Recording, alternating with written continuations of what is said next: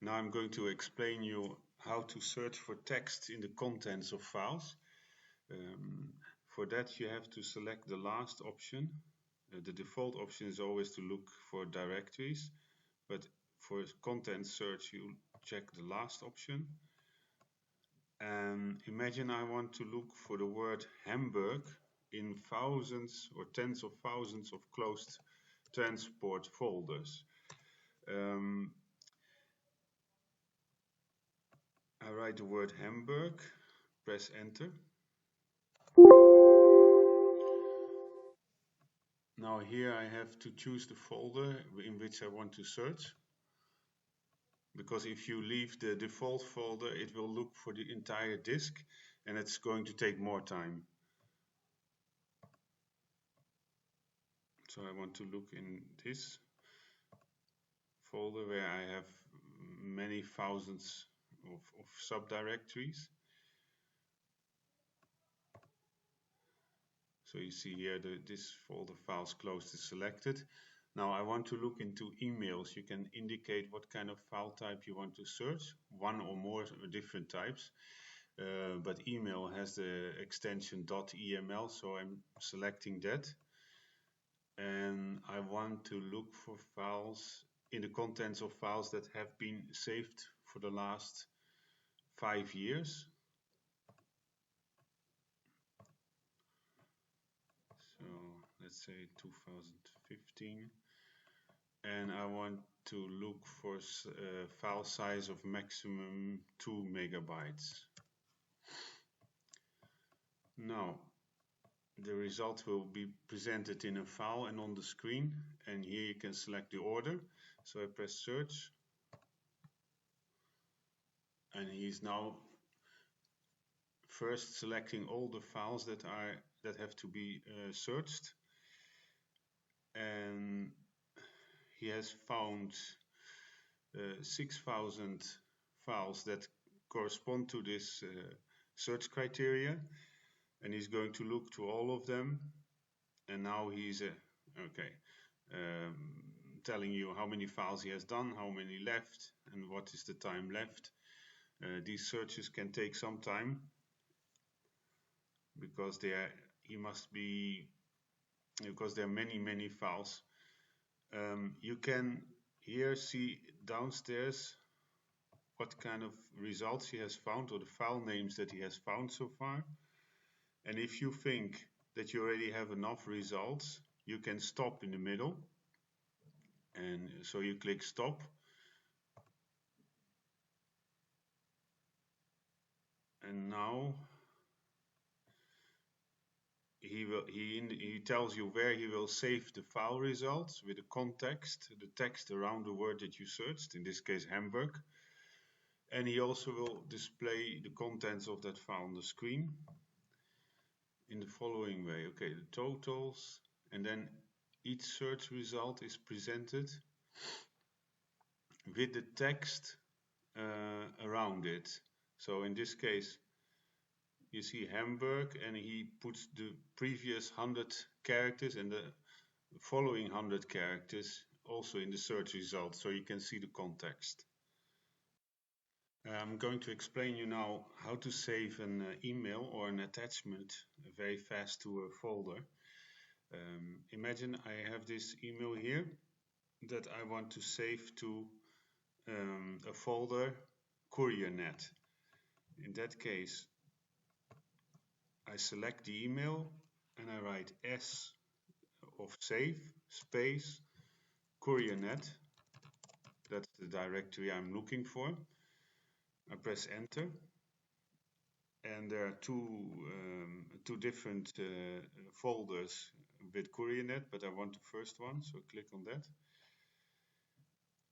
And now I can change the name eventually if I want, and press save, and there it is.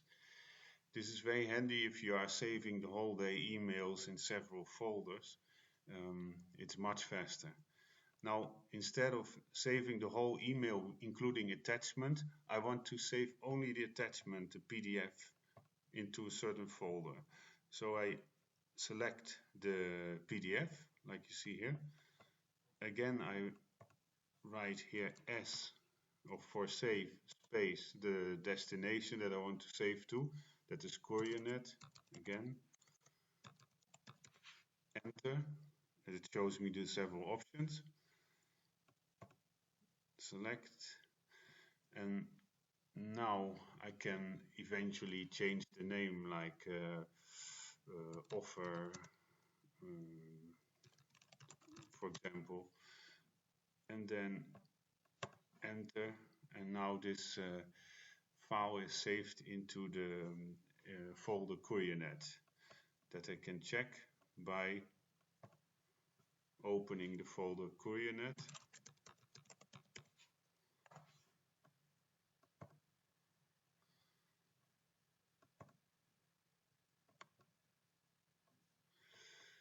Okay, there it is.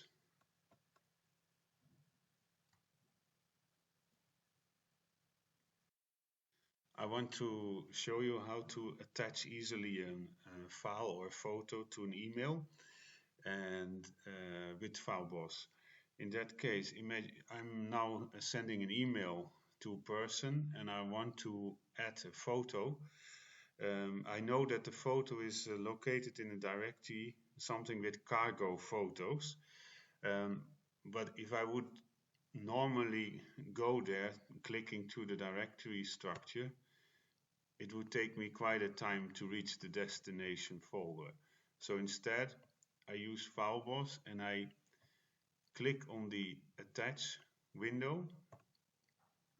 So I get this white input bar. Now I write in FileBoss D for display and cargo photo. He shows me all the folders that have the words cargo photo, and I want this one. And I press enter, and now I'm in the folder cargo photos, as you can see, within less than a second. And I want the photo base of box to attach. And now I can send my email.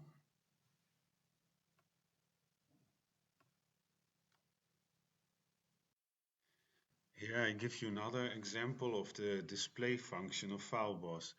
That means basically that you can insert any document from any directory easily into the file that you're working on. For example, I'm working here on a text document and I want to insert a picture. So normally I would go insert picture from file, and now when I reach here I would have to click all my way to the directory structure until I get to the folder that I want to select the picture. With FileBoss you do the following. I know that the picture is located in a directory, something with cargo photos. So I write D for display, space, cargo plus photo, enter. I want this directory. Now you see that FileBoss has produced the directory structure into your input field. You press enter, and now I am in the cargo photos directory, as you can see, which saved a lot of time. And I choose the picture that I was looking for.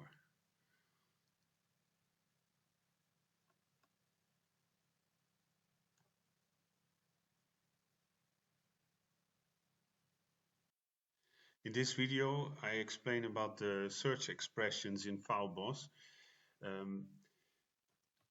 Imagine I am looking for all the folders that contain the words Germany. So I write Germany and enter.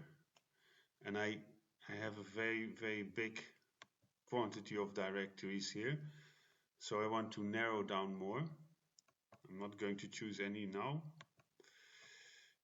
And I write, apart from Germany, I say it also should include the word agent. So Germany plus agent.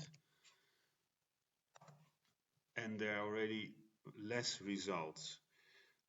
Now imagine I want to filter out the word Hamburg. Like for example, here you see Hamburg, and here Hamburg, and here Hamburg, because I want to see all the German agents that do not contain the word Hamburg, all the folders with that expression. So I write minus Hamburg. Minus means you do not want to include that word. So if I press enter now, you see that all the folders are presented that contain the words agent and Germany, but not Hamburg. The earlier results you saw were full of Hamburg. So now it's filtered out. And this principle is valid for any search you make. Either if you're looking for folders, if you're looking for files, file names, or if you're looking for content, words inside files.